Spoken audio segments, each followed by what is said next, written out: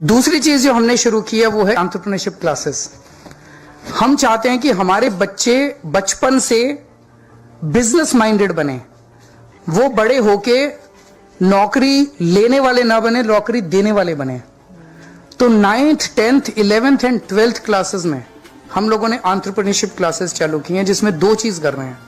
हमने हर बच्चे को 1000 रुपए दे दिए और हमने कहा कि अब कोई ऐसा बिजनेस सोचो जिससे 1000 को 2000 रुपए बनाना है, कैसे बनाओगे। सो बच्चे नए नए एक्सपेरिमेंट्स, जैसे एक क्लास में करीब 30-40 लड़कियां इकट्ठी हो गई और उन्होंने कहा हम पूल करेंगे, 30,000 रुपए हो गए हमारे, अब हम स्कूल में कैंटीन चालू करेंगे। That's very nice. So children have started thinking in those terms. साथ में हमने शुरू किया कि हमने जो अच्छे बड़े एंटरप्रेन्योर्स हैं देश के, उनको हमने स्कूलों में बुलाना चालू किया और हमने एंटरप्रेन्योर्स को कहा कि आप एक क्लास ले लीजिए और इस क्लास को आप अपनी कहानी सुनाइए, आप अपने एक्सपेरिमेंट सुनाइए, आप अपने एक्सपीरियंसेस शेयर कीजिए।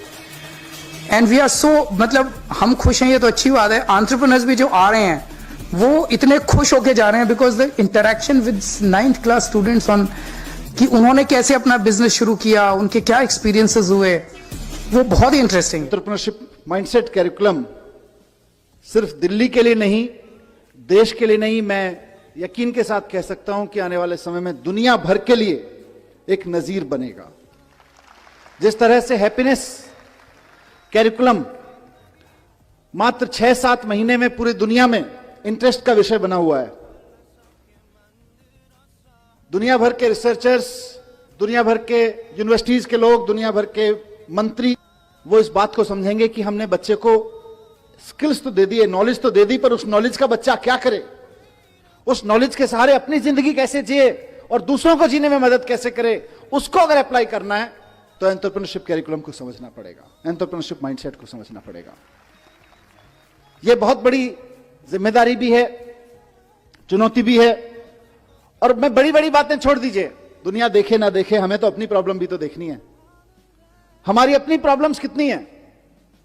हमारी प्रॉब्लम्स हैं कि आज हमारे यहां लड़के लड़कियों को हम बहुत अच्छा पढ़ा के उनके हाथ में डिग्रियां दे रहे हैं, लेकिन उनकी बेचारों की स्थिति यह है कि देश के किसी भी कोने में अगर किसी सरकारी डिपार्टमेंट में चपरासी भी की नौकरी निकलती है तो पीएचडी, पोस्ट ग्रेजुएट, ग्रेजुएट लड़कियों की लाइन लगी होती है। 3-3, 4-4 हजार बच्चे उसके लिए अप्लाई करते हैं, लाखों लोग उसके लिए अप्लाई करते हैं। क्यों? क्योंकि हमने पीएचडी की डिग्री तो दे दी, नॉलेज तो दे दी, पोस्ट ग्रेजुएशन की डिग्री तो दे दी, नॉलेज तो दे दी, ग्रेजुएशन की डिग्री नॉलेज तो दे दी, लेकिन उसका करना क्या है ये नहीं दिया। उस नॉलेज के बेस पे मैं क्या कर सकता हूं ये नहीं दिया। इस नॉलेज के बेस पे क्या कर सकते हैं, इसी का नाम एंटरप्रेन्योरशिप कैरिकुलम है, इसी का नाम एंटरप्रेन्योरशिप माइंडसेट है।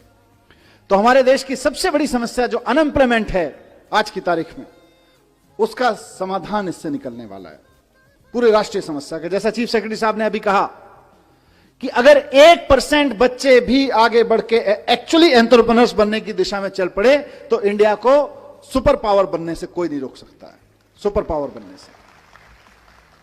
यह बड़ा विजन है, बड़ा ड्रीम है, हमको सिर्फ एक क्लास का ड्रीम नहीं है। अभी सचिन बंसल जी जैसा जिक्र कर रहे थे कि आईआईटी से निकलने के बाद इनके पास में जीने के 2 तरीके थे। एक तरीका यह था कि ये नौकरी कर लें किसी बड़ी कंपनी में, और दूसरा तरीका यह था कि कोई अपना काम कर लें, छोटा मोटा, जैसा भी छोटा मोटा से शुरुआत करें। इन्होंने पहले दूसरा वाला चुना कि पहले पहला वाला चुना, थोड़े दिन नौकरी करके देखने वाला, फिर उनको मजा नहीं आया, इन्होंने दूसरा चुन लिया और आज जितने की खुद नौकरी कर रहे होते उससे कहीं ज्यादा की नौकरियां 50,000 लोगों को दे रहे हैं। इसलिए इसका समाधान मैं निकलते देखता हूं, यह बहुत बड़ी बात है। मैं स्कूलों में जाता हूं आजकल, एंटरप्रेन्योरशिप कैरिकुलम पे जब से चर्चा हुई है, हैप्पीनेस एंटरप्रेन्योरशिप पे बात करता हूं, वहां उनसे पूछता हूं, बच्चों से, 1000 बच्चे सामने बैठे होते हैं, 2000 बच्चे सामने बैठे होते हैं, उनसे पूछता हूं कि आप में से कितने लोग नौकरी करना चाहते हैं। आप में से कई स्कूलों में आके मैंने ये प्रयोग किया है, 99.1%, 99.9% बच्चे तक कहते हैं साहब हम नौकरी करना चाहते हैं, असेंबली में बैठ के। मेरा सवाल हर जगह यही होता है, और आज भी मैं उसी सवाल के जवाब में एंटरप्रेन्योरशिप कैरिकुलम की बात करना चाहता हूं कि अगर हमारे स्कूलों से निकलने वाले 99.9 100% बच्चे अगर नौकरियां ढूंढते रहेंगे तो फिर नौकरियां देने वाले कहां से आएंगे? अगर हम सिर्फ अपने स्कूलों से नौकरियां ढूंढने वाले लोग पैदा करेंगे तो नौकरियां देने वाले लोग कहां से आएंगे?